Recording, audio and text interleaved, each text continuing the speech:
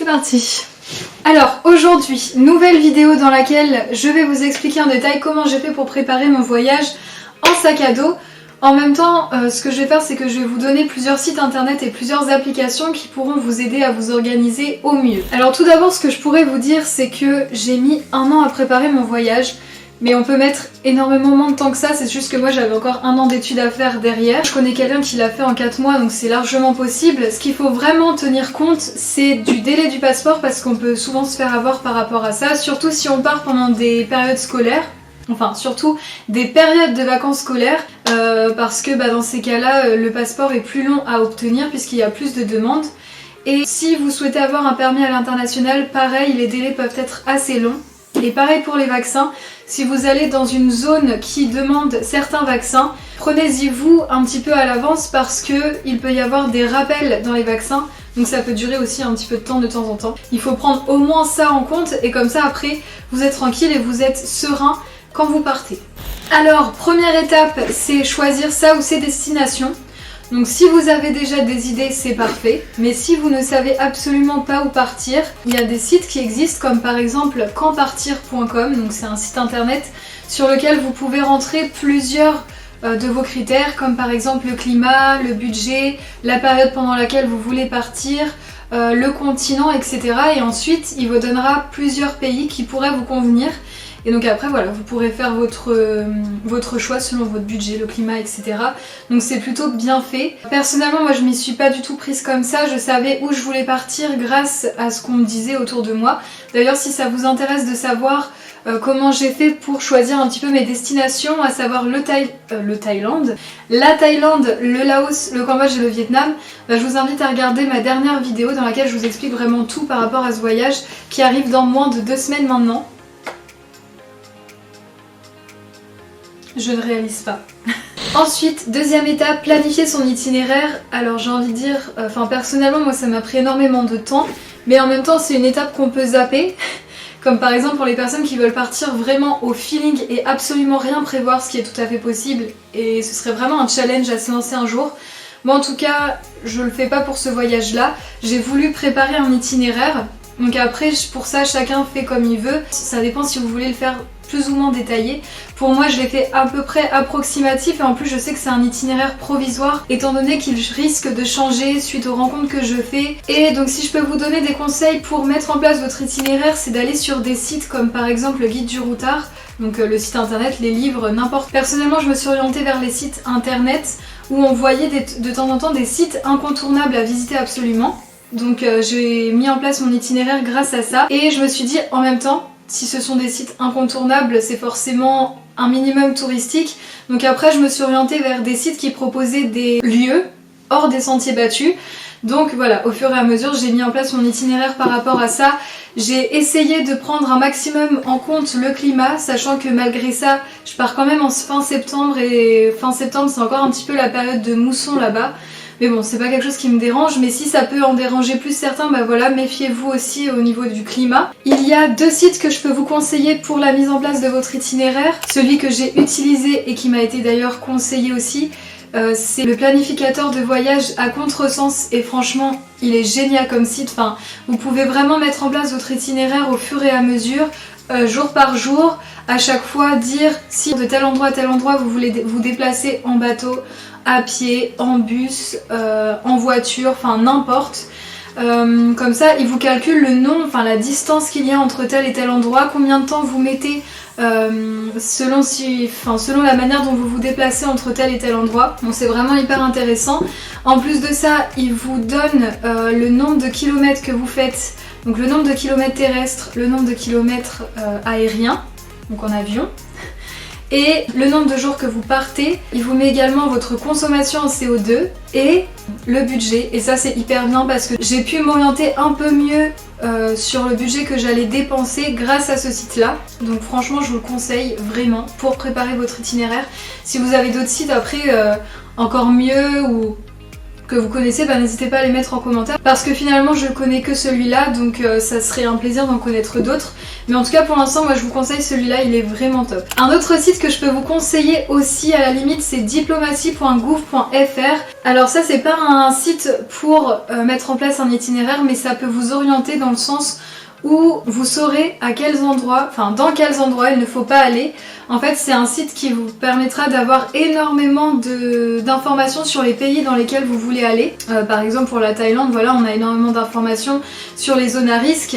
Donc sur les zones à risque, moi je sais qu'il ne faut pas que j'aille sur les zones frontalières ou alors l'extrême sud de la Thaïlande, si je me souviens bien. En plus de ça, si vous vous inscrivez sur le site, vous pouvez recevoir par SMS ou par email des informations concernant le pays à l'heure actuelle, enfin je veux dire sur le moment. En plus de ça, vous avez aussi les numéros des ambassades locales, les numéros des ambassades en France, etc. Enfin vraiment, je trouve ça hyper complet. Pareil, si vous avez d'autres sites, n'hésitez pas à les échanger en commentaire, ça serait utile autant pour moi que pour les personnes qui regardent cette vidéo. Ensuite, prochaine étape, la préparation du budget. Donc j'ai envie de vous dire, si vous savez absolument pas à quoi vous attendre niveau budget, etc., vous pouvez vous aider du planificateur de voyage à contresens qui saura vraiment vous aider. Alors ensuite, ce que je vous conseille concernant le budget, c'est de vous orienter sur un budget par semaine. Comme ça vous fixera le budget par mois, puis ensuite le budget total de votre voyage. Voilà, petite astuce au cas où vous n'y aurez pas pensé. Au cas où vous n'y penserez pas. Ensuite arrive l'étape du choix du billet d'avion. Donc ça c'est une grosse étape, puisque quand on choisit son billet d'avion, ça veut dire que finalement on va vraiment le faire. Donc c'est un petit peu stressant comme étape, mais ça se fait. Je peux vous donner quelques conseils pour avoir un billet un petit peu moins cher au cas où vous ne connaîtriez pas ces petits conseils là. Donc déjà, allez dans des comparateurs de vol comme Skyscanner. Ce qui est bien avec Skyscanner, c'est que vous pouvez choisir, en fait si vous êtes très flexible au niveau des dates pendant lesquelles vous voulez partir, vous pouvez voir quel mois est le moins cher pour partir et en plus de ça, quel jour dans le mois est le moins cher pour partir. Deuxième chose que je peux vous conseiller, c'est de vous mettre en navigation privée, parce qu'en navigation normale, enfin en navigation publique j'imagine du coup, c'est que à chaque fois que vous allez arriver sur le même billet d'avion, enfin à chaque fois que vous cliquez sur le même billet d'avion, le prix va augmenter. C'est une stratégie marketing des compagnies aériennes.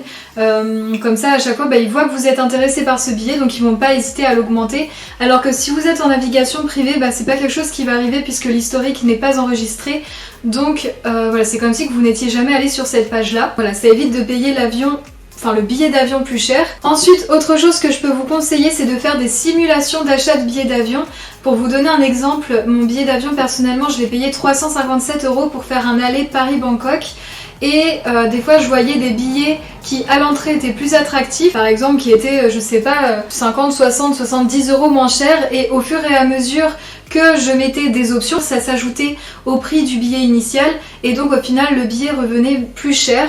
Donc voilà, essayez de comparer par rapport à ça si vraiment vous avez le temps et si vraiment vous êtes à cheval par rapport au prix du billet d'avion, parce que des fois vous pouvez vraiment faire de bonnes affaires. Faites attention aussi par rapport aux escales, parce que de temps en temps vous pouvez rester 20 heures dans un pays dans lequel vous n'avez pas forcément prévu d'aller, et donc ça peut être vraiment très long. Donc voilà, faites attention à ça. Pour le coup j'ai vraiment aucune escale, donc c'est ça aussi qui m'a fait acheter ce billet d'avion là. Ensuite on continue dans les dépenses. On peut acheter le matériel. Donc pour le matériel, moi ce que je vous conseille, c'est d'acheter avant le matériel que vous voulez mettre dans votre sac, avant votre sac. Je vais pas vous montrer tout de suite ce que j'emporte en voyage, mais ce sera l'objet de la prochaine vidéo. Je vais vous mettre une vidéo dans laquelle je vais vous montrer tout ce que j'emporte pour mon voyage en Asie du Sud-Est la semaine prochaine, idéalement. Ensuite pour le sac à dos, franchement mettez le prix dans le sac à dos, c'est le plus important. Parce que c'est quand même ce que vous allez porter tout le long de votre voyage, donc il a le mérite d'être assez confortable. Il faut qu'il ait une bonne armature au niveau du dos pour que vous soyez un maximum à l'aise en fait quand vous marchez.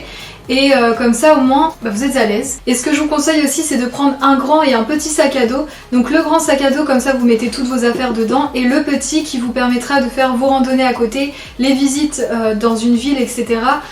Pendant que votre gros sac à dos sera dans une auberge de jeunesse, un hôtel, enfin n'importe. Comme ça au moins vous vous encombrez pas tout le temps avec le gros sac à dos et plusieurs kilos sur le dos. Ensuite on peut encore continuer dans les dépenses et dans ce cas là on peut choisir le logement. dans lequel on voudra aller. Donc concernant le logement, ça dépend combien de temps on part. Personnellement, j'ai pas prévu de réserver mon logement dans 6 ou 7 mois, mais pour les personnes qui partent moins de temps et qui veulent vraiment être très organisées au niveau du voyage, elles peuvent réserver vraiment toutes les nuits. Personnellement, ce que je vais faire, c'est que la semaine avant mon départ, je vais réserver les 5 premières nuits, comme ça je pourrai être un petit peu plus sereine les 5 premiers jours, et sur la suite de mon voyage, je vais réserver la veille pour le lendemain, ou le matin pour le soir, ou 2 jours avant pour 2 jours après, franchement, ça sera vraiment au feeling et selon les endroits que j'ai envie de visiter.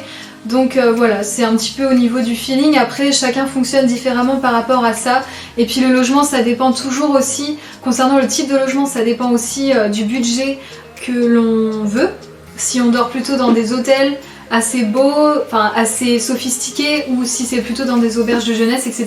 Ça dépend aussi de chacun. Ce que je peux conseiller aussi qui peut être sympa, c'est le site Couchsurfing. Donc moi j'ai jamais essayé ce site là, mais franchement je pense que je vais l'essayer en Thaïlande, et au pire je vous ferai un retour par rapport à ça. Peut-être pas forcément en Thaïlande, mais pendant mon voyage, donc que ce soit en Thaïlande, au Vietnam, au Laos ou au Cambodge. J'essaierai en tout cas, parce que en fait c'est un site sur lequel des personnes offrent l'hospitalité, comme ça au moins vous échangez avec des locaux, vous avez un endroit pour dormir gratuitement, et puis voilà, vous pouvez échanger, c'est hyper enrichissant. Donc personnellement moi je pense que je vais tester ça aussi, et comme ça je pourrais vous faire aussi un retour sur mon expérience. Après je pense que comme tout site, il y a toujours des personnes malveillantes, toujours d'autres personnes bienveillantes, ça dépend. Donc pareil, on ne peut pas tous avoir la même expérience, mais j'aimerais essayer, comme ça au moins je vous ferai un retour là-dessus, ça peut être sympa. Ensuite, ce que j'ai envie de vous dire, c'est la préparation psychologique. Dans le sens où si voilà, vous avez un entourage qui est inquiet pour vous parce que vous partez loin, toute seule, ou même à deux, n'importe. Personnellement, ce que j'ai fait, c'est que j'ai montré à mes parents des témoignages de filles qui sont parties seules voyager en Asie du Sud-Est pour les rassurer. Et puis je leur montrais au fur et à mesure tout ce que j'avais prévu, comment je comptais faire mon voyage, etc. Donc au fur et à mesure, ça les met en confiance. Ils voient que je savent.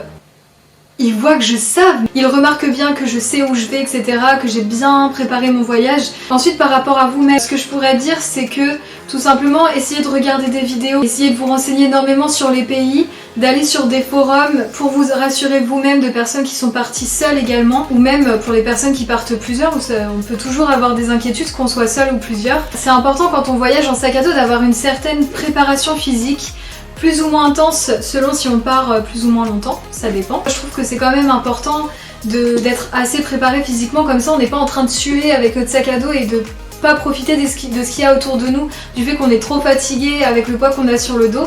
Donc moi je trouve que c'est important quand même de faire un petit peu de sport avant de partir, du coup de faire un petit peu d'exercice d'endurance, de faire un petit peu de cardio, de faire aussi des exercices de musculation pour muscler aussi au niveau des épaules, du dos, des trapèzes, des cuisses, des fessiers, etc. Muscler un petit peu tout le corps pour être un minimum préparé au voyage. Donc après je suis pas du tout coach, du coup je pourrais pas vous donner vraiment des exercices ou un programme qui vous permettent de préparer votre voyage. Ce que je peux vous mettre en barre d'infos, c'est certains exercices que vous pouvez faire à la maison sans forcément avoir de matériel, et pour vous muscler un petit peu, pour vous raffermir, ça peut être sympa. Mais après je suis pas coach, donc voilà, c'est vraiment juste des petits conseils à ma sauce, on va dire. Après, le meilleur entraînement, j'ai envie de dire, c'est de se mettre en condition. Donc ce que vous pouvez faire aussi, c'est de prendre, de faire des randonnées avec votre sac à dos, avec le poids que vous comptez prendre en voyage.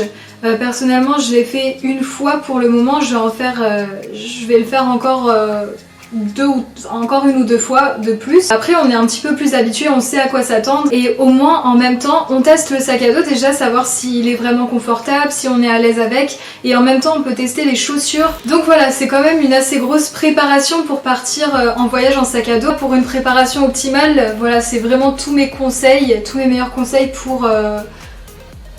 Pourquoi je me tiens comme ça? Donc voilà, c'est mes principaux conseils pour avoir une préparation optimale pour partir en sac à dos. J'espère que cette vidéo vous a plu, que ça va vous servir pour préparer votre voyage si vous comptez partir en sac à dos dans peu de temps. N'hésitez pas à faire vos retours dans les commentaires, à me dire si vous avez aussi d'autres idées pour la préparation d'un voyage en sac à dos. En tout cas moi je serais ravie d'échanger avec vous, et n'hésitez pas aussi à vous abonner à la chaîne pour suivre mes aventures, sachant que je pars en très peu de temps, à liker, à commenter, et... Est-ce que j'ai augmenté un truc? À partager la vidéo. Je vous laisse, bisous.